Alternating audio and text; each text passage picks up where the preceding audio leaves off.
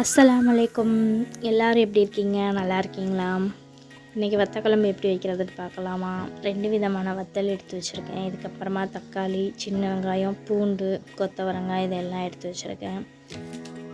வத்தலை நம்ம எப்போவுமே வீட்டுக்கு சாப்பிட பொரிக்கிற மாதிரி பொரித்து தனியாக நம்ம எடுத்து வச்சுக்கிடுவோம். அதுக்கப்புறமா அதே எண்ணெயில் வெந்தயம், கருவேப்பிலை, சின்ன வெங்காயம் போட்டு நம்ம வதக்கி விட்டுக்கலாம். அது 3ம் வதங்கினதுக்கப்புறமா நம்ம பூண்டையும் நம்ம ஆட் பண்ணி வதக்கி விட்டுக்கலாம். இந்த மாதிரி நீங்கள் பண்ணி பாருங்கள், கண்டிப்பாக டேஸ்ட்டு சூப்பராக இருக்கும்.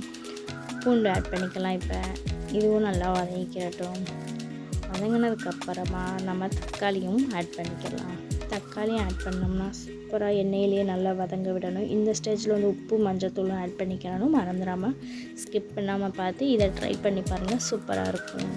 இந்த டைம் நம்ம தக்காளியை ஆட் பண்ணிக்கலாம். தக்காளி ஆட் ஆட் பண்ணி நல்லா அதை வதங்க விட்டுக்கலாம்.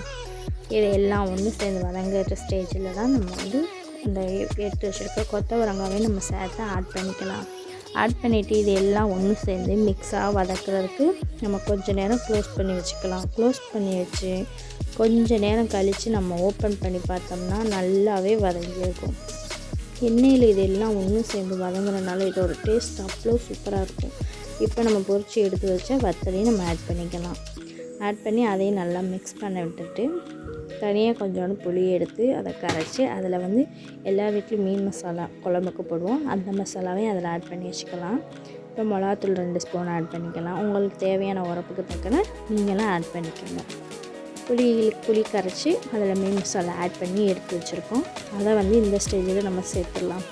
சேர்த்து நல்லா கொதிக்க விட்டுட்டு கொஞ்சம் நேரம் நம்ம சிம்மிலே போட்டு வச்சுக்கலாம். அப்படின்னா அதோட டேஸ்ட்டு சூப்பராக இருக்கும். கொஞ்சம் நேரம் க்ளோஸ் பண்ணி ஓப்பன் பண்ணோம்னா சூப்பரான சுவையாக டேஸ்ட்டாக இருக்கும். அவ்வளோ டேஸ்ட்டாக இருக்கும். இந்த மாதிரி நீங்களும் ட்ரை பண்ணி பாருங்கள். இந்த ஸ்டேஜில் கொத்தமல்லி தூவி நம்ம கொஞ்சம் நேரம் கொதிக்க வச்சு இறக்கிடலாம். சூப்பராக இருக்கும். இதை ட்ரை பண்ணி பாருங்கள். என்னோடய வீடியோ பிடிச்சிருந்துச்சுன்னா லைக் பண்ணுங்கள், ஷேர் பண்ணுங்கள், கமெண்ட் பண்ணுங்கள், சப்ஸ்கிரைப் பண்ணுங்கள். அஸ்ஸலாமு அலைக்கும் வரஹ்மத்துல்லாஹி. ஃபர்ஸ்ட் டைம் ஓன் வாய்ஸ் கொடுத்துருக்கேன், எப்படி இருக்குன்னு கமெண்ட் பண்ணுங்கள்.